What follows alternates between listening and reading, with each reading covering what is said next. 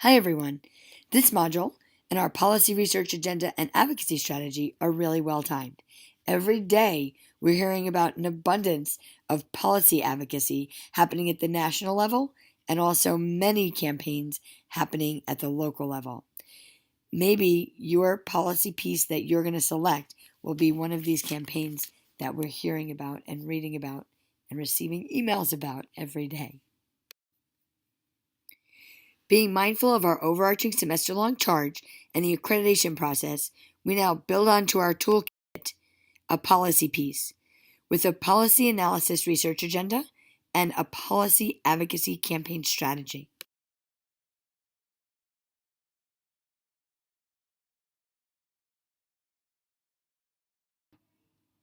Let's start with understanding what policy analysis is. Analyzing policy provides informed advice to constituents.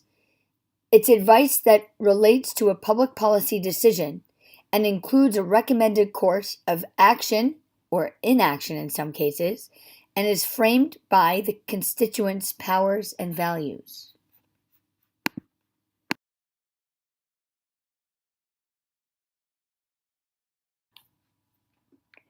The framework you should consider is as such. Evidence-informed policy prioritization logically supports identifying a measure to improve public health. Also, consider that legislation falls at the policy level of the ecological model, and implementation can be equated with increased access, at least ideally.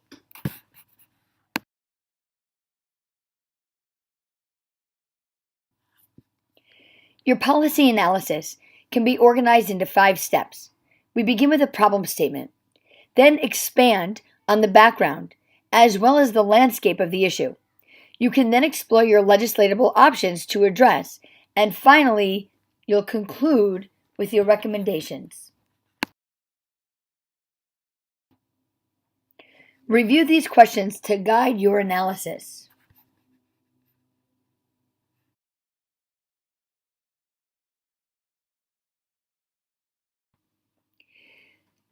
To start this process, we come up with 5 different problems. Here are 5 that have crossed my desk over the past couple of years. The repeal of the ACA, which, as you know, for the past year and a half will be on the table, is on the table and will be on the table. For those of you who have an interest in obesity prevention and the related subsequent chronic diseases, a soda tax is interesting, and it's something that we're talking about in our conferencing exercises, at least food regulation, we can say, and drink regulation in New York City too. And Cook County had passed a soda tax, but it's since been repealed. So going back to what we were talking about before in terms of policy analysis, that we're looking at action as well as inaction, and preventing inaction or preventing action depending on your stance. And maybe most importantly, depending on how that bill will impact public health. Moving to income inequality, we have multiple paid family and medical leave acts on the table, or in the docket, as they say. There is one in Massachusetts that will probably pass. And then, as I'm sure you all know, right now, sensible gun laws are on most states' tables, many, many tables. Florida just passed a Safe Schools and Gun Control Act.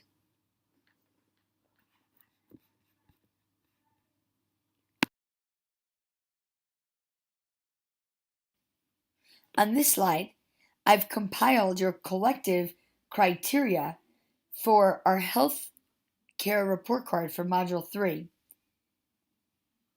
This may be a useful jumping off point for your policy that you select, if you select the repeal of the ACA or improvement maybe one day of the ACA. And I just wanted to mention that all groups did a really fantastic job with this exercise. And it'll be really useful moving forward with policy, thinking of the concepts that you use to develop these report cards. I've included here some other examples of policies you can pursue for this exercise and for this tool. The possibilities to improve public health from a policy level are limitless. I've tried to begin to show you the breadth of these examples.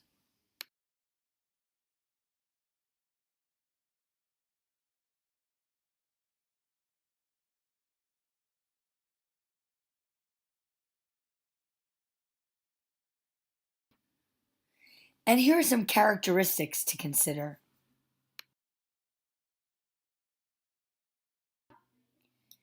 Once you have an idea of your policy topics, we will move into our first tool, a policy analysis research agenda.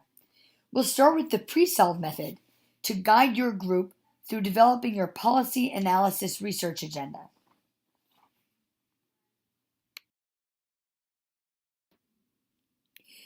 To guide us through the pre-solve method that you should follow together with your team to create these tools, we're going to use the decline of measles vaccination in Illinois.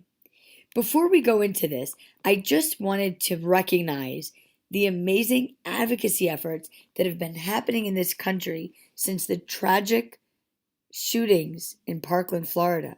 The students of Parkland have really organized and have created a universal advocacy push where on March 14th and March 24th, there'll be two events that will hopefully take our legislation, our national as well as state as well as local legislation by storm. And I just wanted to draw your attention to that because it's coinciding exactly with this policy unit. And I've posted some articles on the current public health discussion board.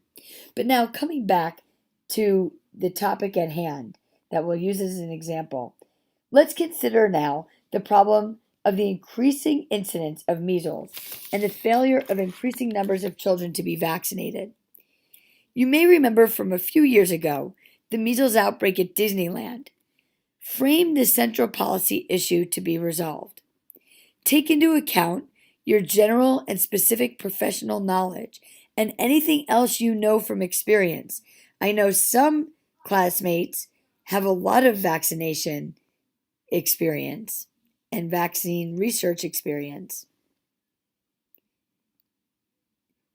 Use the team's available knowledge, including whatever may be addressed by other factors, like the accessibility of vaccines provided by the ACA, for example. Once you've come up with a list of policy issues that you want to consider, then develop your central policy issue. Let's look at the steps in issue analysis. After you've identified the central policy issue as well as its key dimensions, you next identify underlying and related policy issues. Then generate a set of alternative responses. Establish evaluative criteria to choose among these alternatives. Then evaluate the alternatives with references to these criteria. And finally, develop one or more recommended alternatives and use these tables to help guide you. Carefully review these slides with your team.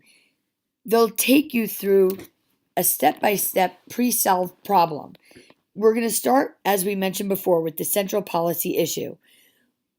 You develop your problem statement that defines this issue that you've identified from your list of issues being addressed in this analysis. It's the most important step in a policy analysis.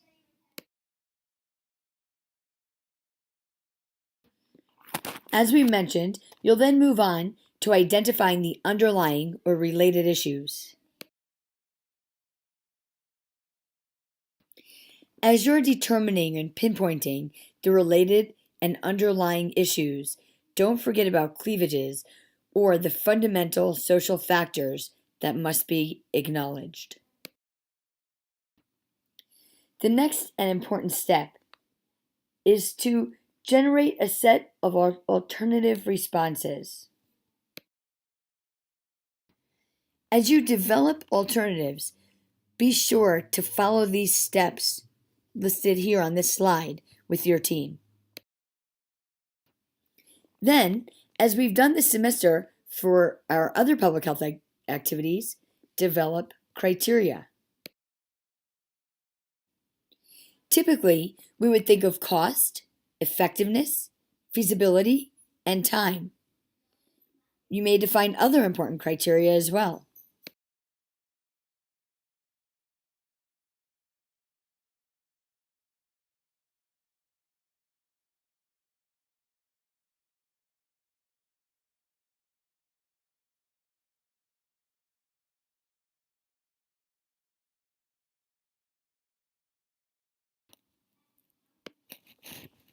Consider these specific criteria for cost.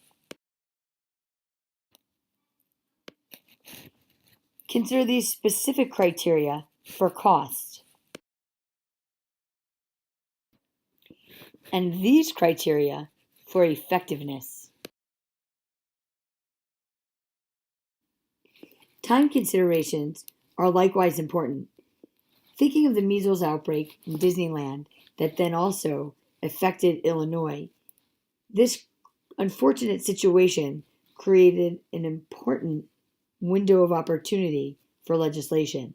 In California, as we talked about in our first module, in terms of opt-out parameters, California passed a no opt-out parameter measles vaccination law, where everybody was required to be, or everyone now is required to be vaccinated with no opt-out parameters. And now looking at sensible gun law policy, at this exact moment, there's a big window of opportunity. In a couple of weeks, something else will happen that will change the nation's attention, and that window can close just as quickly as it opened. Please consider these aspects when you're developing your policy piece. As I've continued to recognize in each of these tools and stress, feasibility is essential. So consider these points as well as others that you may come up with when you're developing your policy. You'll then evaluate the alternatives by these criteria that you develop. As you evaluate alternatives, you'll need to know cause and effect, as well as recognize weakness and data needs of the analysis. And then you have to explicate assumptions and uncertainties. Sensitivity analyses in subsequent rounds to test persistent assumptions is also typically conducted. In pre-solve, where you don't have any data, identify what you would need to evaluate against such criteria. As you compare alternatives, you're going to drop options with low scoring priority criteria, but retain options that sufficiently meet preferred criteria, even if they're not the highest values. You'll maintain a preference for sooner than deferred in relation to time, and eliminate too closely related options. And then drop apparent lowest feasibility. Retain unknown and project rank. To organize your group discussion, you may use this table, as well as use this table. Finally, develop your recommendations and populate the research design. Identify your data needs to knowledgeably evaluate the alternatives and make preliminary recommendations. And then populate the design. As your tool, please use the format in this table. Or select a method from one of the resources provided on the following slides, as well as in the assignment guidelines on Blackboard.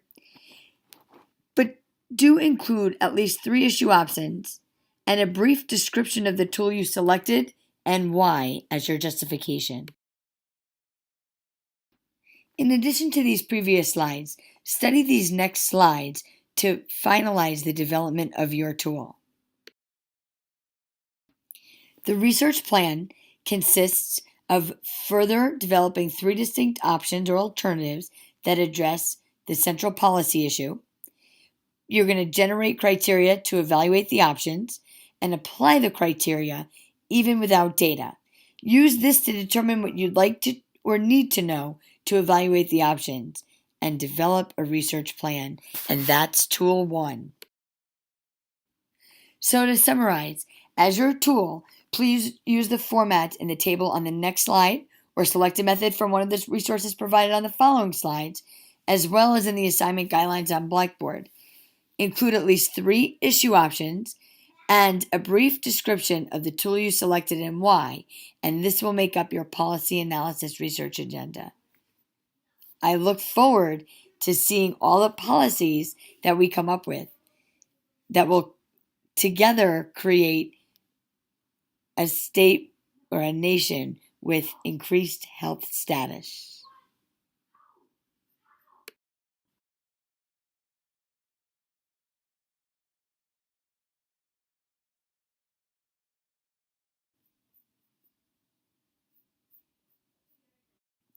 Now for our second tool, and the tool that you'll submit individually.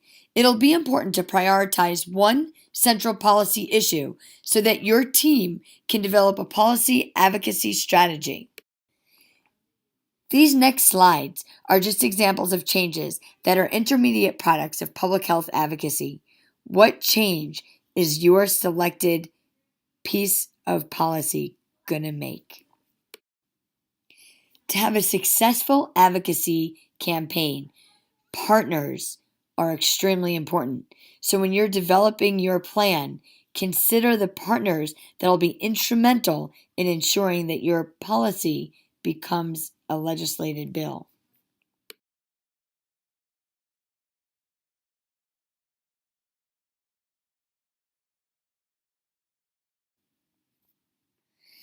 A comprehensive advocacy plan includes your goals and SMART objectives. Goals and SMART objectives are also important for public health planning and evaluation, as I had mentioned in the logic model tool feedback and also had provided a resource. So SMART objectives, as you may have noted, are specific, measurable, achievable, relevant, and timed. Turning to strategy, it's important that your strategy fits your own style. It's also important to use your resources and allies and form a coalition. Your strategy also has to bring about the desired effect on your opponents.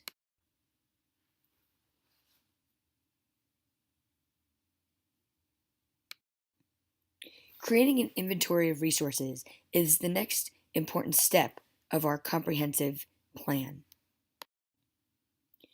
A comprehensive plan also includes targets and agents of change. Ask who are the main targets of change and which agents might bring pressure to bear on targets. In addition to identifying resources and assets, such as community support, it's also important to identify and understand your opposition. Continuing with the example we've been using that's dominating the media, gun policy opposition, as you probably know, is the NRA. Understanding opponents' policy preferences is just as important as having a clear understanding of your own policy preference. Finally, tactics are the action steps. Choose tactics that carry out your strategy because it's very easy to get sidetracked. Don't antagonize people unnecessarily, at least.